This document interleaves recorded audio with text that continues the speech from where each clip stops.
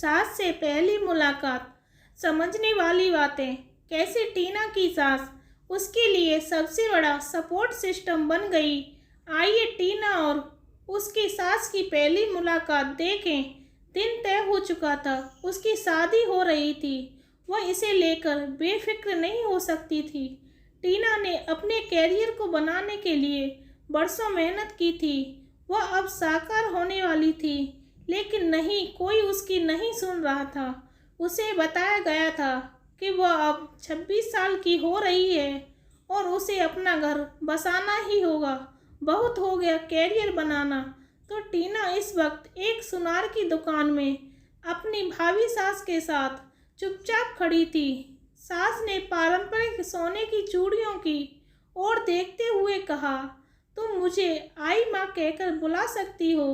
आई कोकड़ी समुदाय की थी। उनका ब्याह उत्तर भारतीय परिवार में हुआ था, तो एक बात तो तय थी कि उन्होंने अपने ससुराल में तालमेल बिठाने के लिए काफ़ी मेहनत की होगी। आई एक स्वाभिमानी महिला थी, जिसे देखकर यह एहसास होता था कि वह दृढ़ और खुद को श्रेष्ठ समझती हैं। जैसे जैसे शादी का दिन नज़दीक आ रहा था, टीना भी खुद के भीतर एक जिद का एहसास करने लगी थी, जो कि उसकी सास की शख्सियत के साथ मेल खाने लगी थी। लेकिन पहली मुलाकात से ही टीना को जो बात असहज कर रही थी, वह यह कि उसकी सास ज़्यादा बातचीत में शामिल नहीं होती थी और कभी कभार ही मुस्कुराती थी। शादी का दिन आ गया और यह दिन पूरी तरह रीति रिवाजों और लोगों से भरा हुआ था। जब विदाई का वक्त आया तो टीना को यह पता था कि वह अगले ही दिन अपनी माँ के घर लौट आएगी। यह एक ऐसे व्यक्ति से शादी करने का सुख था जो आपके घर से केवल 1 किलोमीटर की दूरी पर रहता था। जब टीना ने अपने नए घर की चौखट लांघी तो एक अनजाने डर ने उसे घेर लिया।